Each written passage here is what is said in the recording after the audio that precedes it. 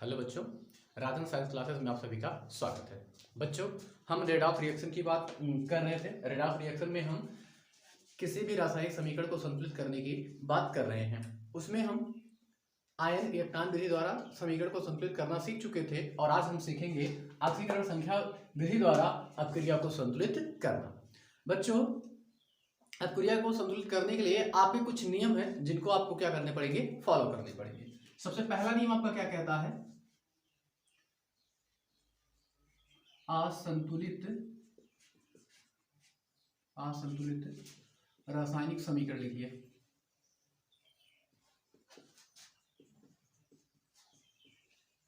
रासायनिक समीकरण लिखिए।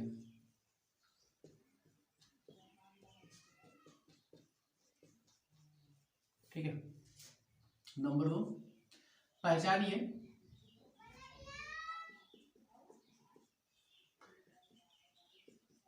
किसका ऑक्सीकरण हुआ है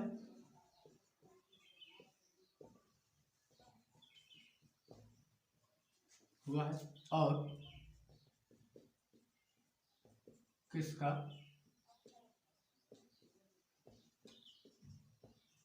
अपचयन हुआ है। थर्ड पॉइंट क्या कहता है?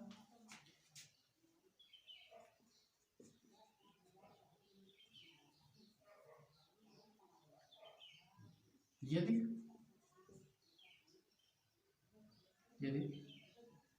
ऑक्सीकरण अपचयन क्रिया में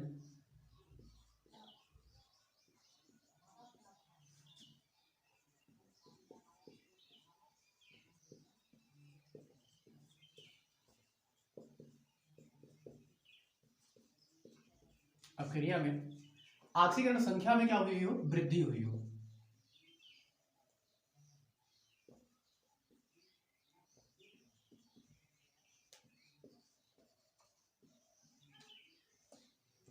संख्या में वृद्धि हुई हो, वृद्धि या कमी भी होगी, क्योंकि ऑक्सीकरण होगा तो ऑक्सीकरण संख्या बढ़ेगी और अपचयन होगा तो ऑक्सीकरण संख्या क्या करेगी, घटेगी। है उन संख्याओं से या उतनी संख्याओं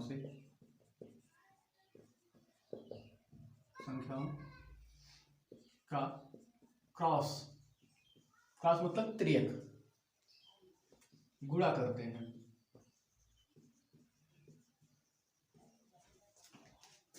फोर्थ, जो लास्ट नियम है वो क्या कहता है आपका कि चेक कीजिए यदि अपक्रिया कौन से माध्यम में हो, अम्लीय माध्यम में।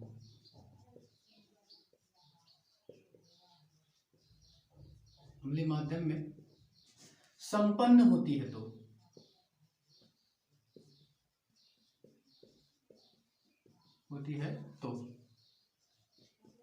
ऑक्सीजन के लिए H2O और हाइड्रोजन के लिए H+ जोड़ते हैं। ठीक है। और पांचवा इसी में कर लेते हैं, अथवा यदि पांचवा करते हैं, यदि अपक्रिया क्षारीय माध्यम में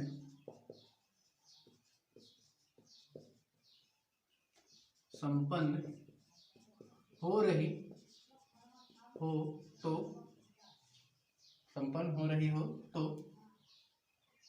तो ऑक्सीजन के लिए H2O और हाइड्रोजन के लिए OH- आयन जोड़ते हैं। बस बच्चों, इसमें आपके टोटल 4 ही पॉइंट है। पहला पॉइंट क्या कह रहा है कि सबसे पहले असंतुलित समीकरण को लिखिए, फिर उसको पहचानिए किसमें ऑक्सीकरण हुआ है और किसका अपचयन हुआ है।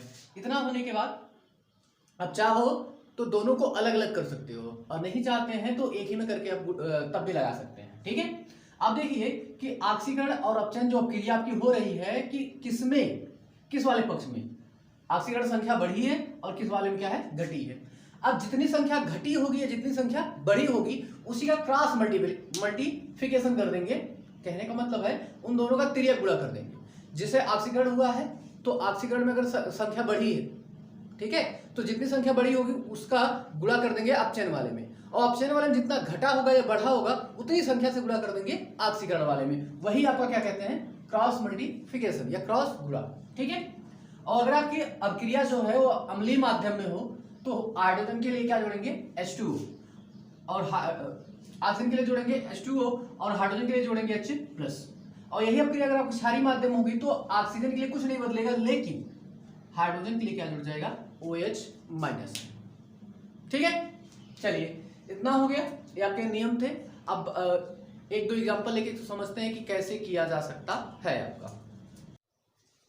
देखिए बच्चों, आपका एग्जांपल है SnCl2 plus FeCl3 SnCl4 plus FeCl2, आपका ये बना है। ठीक, पहले देखो, पहला नियम हमारा क्या है, असंतुलित रासायनिक समीकरण को लिखना, हमने वो कर लिया। ठीक है, अब एक काम करते हैं, एक बार अर्ध अपक्रिया वाले से कर लेते हैं। ठीक है, एक बार नॉर्मल ऐसे ही कर लेंगे ताकि आपको समझ में आ जाए। ठीक है, तो हम इसमें देखो सबसे पहला काम करते हैं, चेक करते हैं किसका ऑक्सीकरण हुआ है और किसका अपचयन। चलिए, अगर यहाँ पे हम इसको निकालना पड़ेगा, यहाँ पे सब जगह निकालना पड़ेगा। इसका निकालेंगे तो इसको मानो x, और क्लोरीन के लिए -1 होता है, और 2 से क्या कर दो इसमें गुणा, -1 गुणे 2 बराबर 0 के, x बराबर -2 बराबर 2, यानी कि यहाँ पे कितना है, +2 है।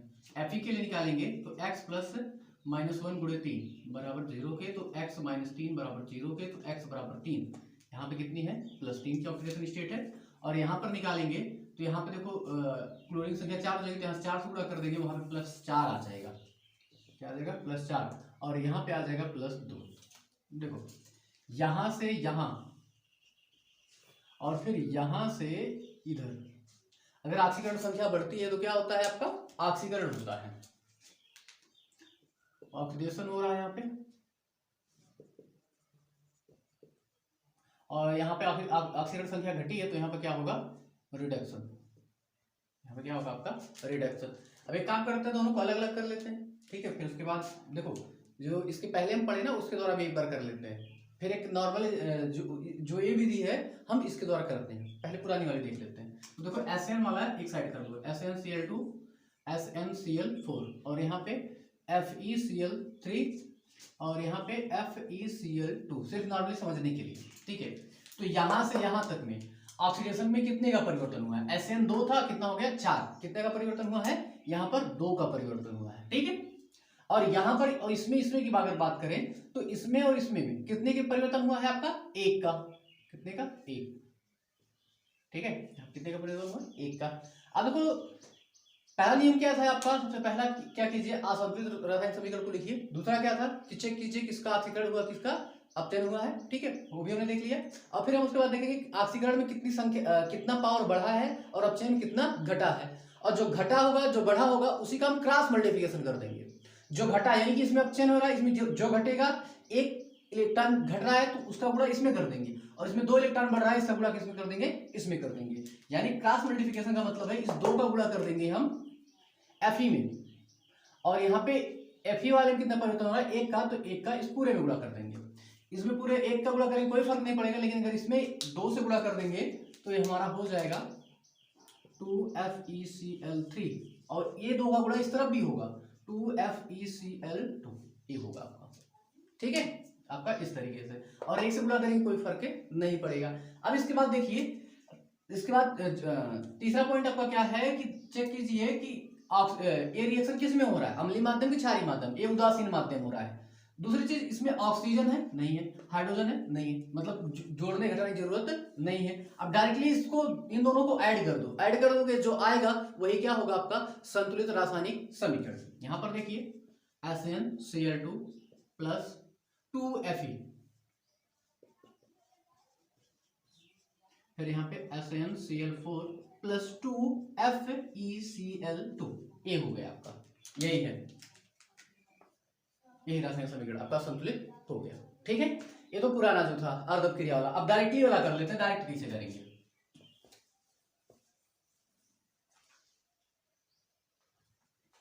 तो डायरेक्टली में भी कुछ करने की जरूरत नहीं है।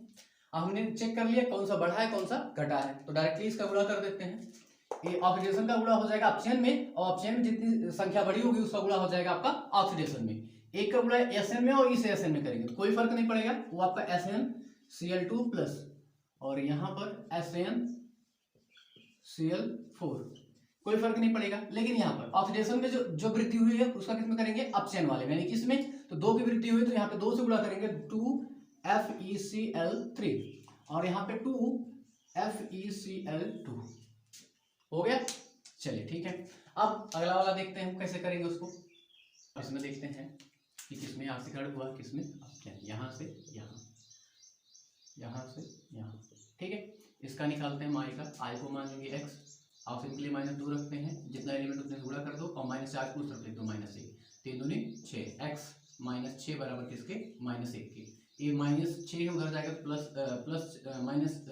प्लस 6 -1 हो जाएगा, तो x बराबर कितना आ जाएगा 5। यहाँ पे ऑक्सीडेशन स्टेट इसकी जो है वो आपकी कितनी है, +5 है। ठीक है, और इसकी अगर निकालेंगे तो यही सेम चीज, x प्लस -2 गुणे 4 बराबर -1 के, 4 दूनी 8, x -8 इक्वल टू -1 के। -8 को उस तरफ लेके जाओ, x बराबर हो जाएगा 8 - 1, घट जाएगा तो x बराबर कितना आ जाएगा 7, यानी कि यहाँ पे इसकी ऑक्सीडेशन स्टेट कितनी है, 7 है। चलिए ठीक है, अब यहाँ पर देखते हैं, ये आपका यहाँ पे 0 है और यहाँ पर ये क्या है, माइनस या कहे तो प्लस, यहाँ पे -1 है, कितना है आपका -1 है। चलिए अब दोनों में हम देखते हैं कि कहाँ पर ऑक्सीकरण होगा कहाँ पर अपचयन। यहाँ पर देखिए संख्या बड़ी है तो यहाँ पर क्या होगा आपका ऑक्सीडेशन, और यहाँ पर देखो संख्या माइनस में चली गई है, यानी कि यहाँ पे क्या होगा आपका रिडक्शन। ठीक है, अब देखिए ऑक्सीडेशन के दोनों पक्षों में कितनी इलेक्ट्रॉनों की वृद्धि हुई है। ये 5 से कितना गया 2, यानी कि यहाँ और यहाँ में 2 का अंतर है, और इसमें अगर देखेंगे तो इसमें और इसमें कितने का है, -1 का अंतर है। ठीक है, अब देखो पहले इसी को संतुलित कर लेते हैं। तो देखो ये -1 है, -1 का गुणा किसमें हो जाएगा, इस वाले में होगा। ठीक है, यहाँ पे देखिए 1 की वृद्धि हो रही है और इसमें प्लस। चलिए अब इसी का क्रॉस मल्टीप्लिकेशन करना है, 1 से गुणा करना है ऑक्सीडेशन वाले में यानी कि आई में, और 2 से गुणा करना है क्लोरीन में। तो ये जब इसको गुणा कर देंगे तो ये हो जाएगा आपका 2Cl2 प्लस, 1 से गुणा करेंगे कोई फर्क नहीं पड़ेगा, -1 ही रहेगा ये, फिर इधर IO4 -1, फिर प्लस यहाँ पे 2 से गुणा हो जाएगा तो आपका ये इतना हो जाएगा। लेकिन ये देखिए किस मीडियम में हो रहा है, बेसिक मीडियम में हो रहा है, तो ऑक्सीजन के लिए हम क्या जोड़ेंगे, आपका जल जोड़ेंगे, इधर और इधर की बात कर रहे हैं। तो यहाँ पे देखो एक ऑक्सीजन की मात्रा क्या है, अधिक है, तो यहाँ पे जोड़ देंगे हम H2O, एक H2O जोड़ देंगे। अब इस हाइड्रोजन की संख्या को बैलेंस करने के लिए हम क्या कर देंगे, OH जोड़ देंगे। कितना OH जोड़ेंगे, 2 OH जोड़ेंगे, क्योंकि यहाँ पे हाइड्रोजन संख्या कितनी है, वो इस तरफ 2, तो ये हो जाएगा 2Cl2 प्लस IO3 का सिंगल माइनस, और यहाँ पे हो जाएगा 2OH माइनस, और यहाँ पर हो जाएगा IO4 minus plus 2Cl minus फिर प्लस H2O। ये आपका संतुलित रासायनिक समीकरण प्राप्त हो गया। ठीक है, चलिए एक और देखते हैं हम।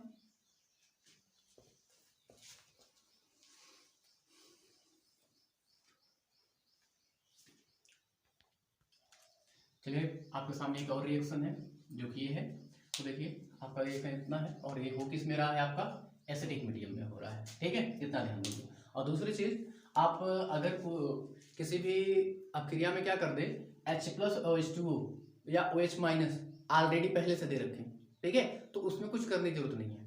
आपको जो नियम बताएंगे उसी नियम के अनुसार कीजिए। इसको क्या कर देंगे, छोड़ देंगे, मानेंगे कि है ये नहीं। ठीक है, इसको ना के बराबर मान के काम करेंगे हम। ठीक है, चलिए हम करते हैं इसको, इधर देखते हैं। इधर देखिए, इधर इसमें और इसमें पहले चेक करते हैं क्या हो रहा है, फिर इसमें और इसमें चेक करते हैं क्या हो रहा है। यहाँ पे देखिए ऑक्सीडेशन स्टेट +2 की है और यहाँ पे +3 की है, यानी कि इसमें यहाँ पर इधर से इधर जाने पर बढ़ा है, तो यानी कि यहाँ पे क्या होगा, ऑक्सीडेशन होगा आपका। कितनी की वृद्धि आ रही है आपकी, 1 की वृद्धि आ रही है। यहाँ और यहाँ की बात करते हैं तो 3 दूनी 6 माइनस 1 प्लस 5, यहाँ पे कितना आएगा प्लस 5 का, और यहाँ पे माइनस 2 का, प्लस 2 का, ठीक है। यानी कि यहाँ पर क्या हो रहा है, रिडक्शन। कितने इलेक्ट्रॉनों की कमी हो रही है, या कितने इलेक्ट्रॉन, प्लस 3 के, ठीक है। अब इसी का तिर्यक गुणा कर दो, 3 से गुणा कर दो ऑक्सीडेशन वाले में, और 1 से गुणा कर दो रिडक्शन वाले में। तो चलो हम गुणा करते हैं, 3 से गुणा करेंगे तो हो जाएगा 3Fe2 plus 2 plus NO3 single minus plus H plus, यहाँ पे रहने दो, Fe डाई ट्राई प्लस, और इसमें देखो इस वाले में 3 से गुणा कर रहे हैं तो ये हो जाएगा 3, क्योंकि रिडक्शन में जितने भी संख्या बढ़ेगी उसका गुणा हम ऑक्सीडेशन वाले में करेंगे, और ऑक्सीडेशन में जितनी संख्या बढ़ेगी उसका गुणा हम रिडक्शन वाले में करेंगे। तो यहाँ पर आपका हो जाएगा NO और फिर हो जाएगा H2O। अब ये रिएक्शन बैलेंस हो चुकी है। अब ऑक्सीजन की संख्या को बैलेंस करते हैं। यहाँ पे ऑक्सीजन की संख्या 3 है और यहाँ पे आपको कितनी है, 1 है। तो यहाँ से इधर 2 ऑक्सीजन की संख्या क्या है, ज्यादा है। तो यहाँ पर देखिए ऑलरेडी यहाँ पर एक, यहाँ पे 2 अधिक था तो यहाँ पे एक H2O लगा दिया, इसको बैलेंस करने के लिए यहाँ पे एक हाइड्रोजन भी उसने लगा रखा है, ठीक है। अब यहाँ पर देखते हैं कि कितना ऑक्सीजन है, 1 ऑक्सीजन और अधिक है, तो यानी कि यहाँ पे 2H2O हो जाएगा, और यहाँ पे हाइड्रोजन संख्या कितनी हो गई, 4 हो गई। तो इसको बैलेंस करने के लिए यहाँ पे 4H प्लस हो जाएगा, ठीक है। चलिए एक और देखते हैं कोई।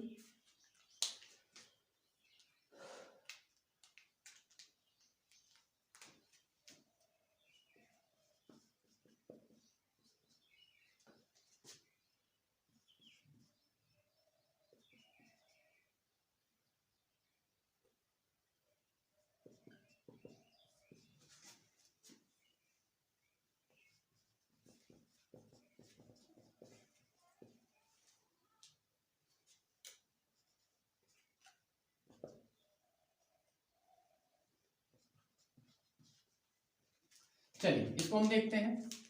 पहले हम इसमें चेक करते हैं यहाँ पर क्या हो रहा है, और इसमें फिर इसमें चेक करेंगे क्या हो रहा है यहाँ पर, ठीक है। सल्फर में हाइड्रोजन नीचे लग गया, ये सल्फर नीचे, ठीक है।